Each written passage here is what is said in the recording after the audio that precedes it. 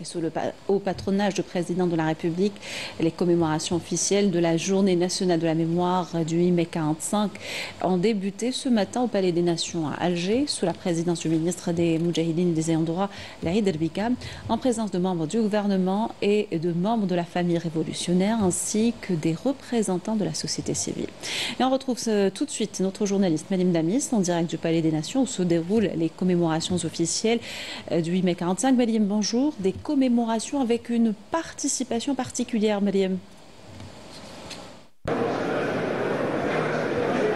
Bonjour, donc nous sommes au Palais des Nations où se tiennent les commémorations officielles du sombre massacre des 80 ans du 8 mai 1945 à Sétif, Guelma et Khrata. Des milliers d'Algériens ont été tués pour avoir revendiqué l'indépendance. Aujourd'hui, des élus locaux français prennent part à cette cérémonie et qualifient leur présence de déplacement chargé de symboles, témoignant de leur volonté de contribuer au travail de mémoire et au rapprochement entre l'Algérie et la France. Merci Mariam Damis. C'est une première, donc, une délégation composée de députés français et franco-algériens participe aux commémorations du 80e anniversaire des massacres du 8 mai 45. Ce déplacement s'inscrit dans le cadre du groupe de travail lancé il y a un an visant à reconnaître officiellement les massacres. Je vous invite à écouter certains de ces parlementaires au micro de Mariam Damis.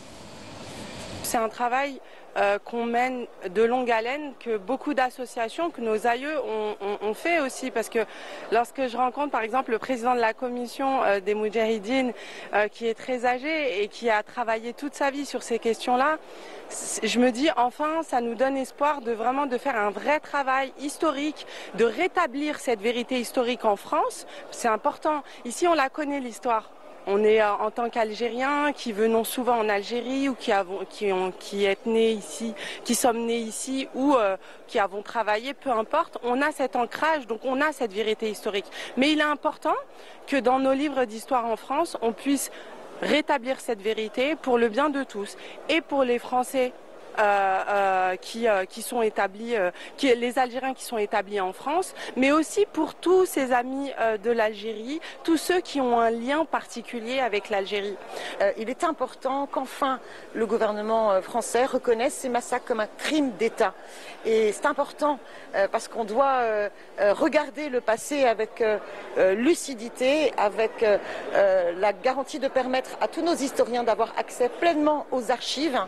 Et c'est important de restaurer la dignité de toutes celles et ceux qui ont les leurs massacrés dans ces terribles événements de répression qui ont impliqué à la fois l'armée française, la police française et aussi des milices françaises soutenues par le sous-préfet de l'époque. La France doit reconnaître les faits, on ne peut pas nier, et c'est une question de crédibilité de notre parole. Donc il faut reconnaître les faits historiques tels qu'ils sont, même s'il y a des débats historiographiques sur le nombre de victimes, etc. Et oui, je crois que c'est important d'avoir cet acte de reconnaissance. Oui. C'est un moment solennel et important parce que nous savons que ce travail de mémoire entre la France et l'Algérie est extrêmement important. Nous savons que il n'est pas aujourd'hui suffisamment avancé et qu'il faut le poursuivre. Et le groupe d'amitié France-Algérie travaille aujourd'hui à l'Assemblée nationale dans ce sens pour éclairer l'histoire, pour partager l'histoire, pour que nous soyons enfin d'accord entre les peuples français et algériens sur notre histoire commune qui a souvent été douloureuse.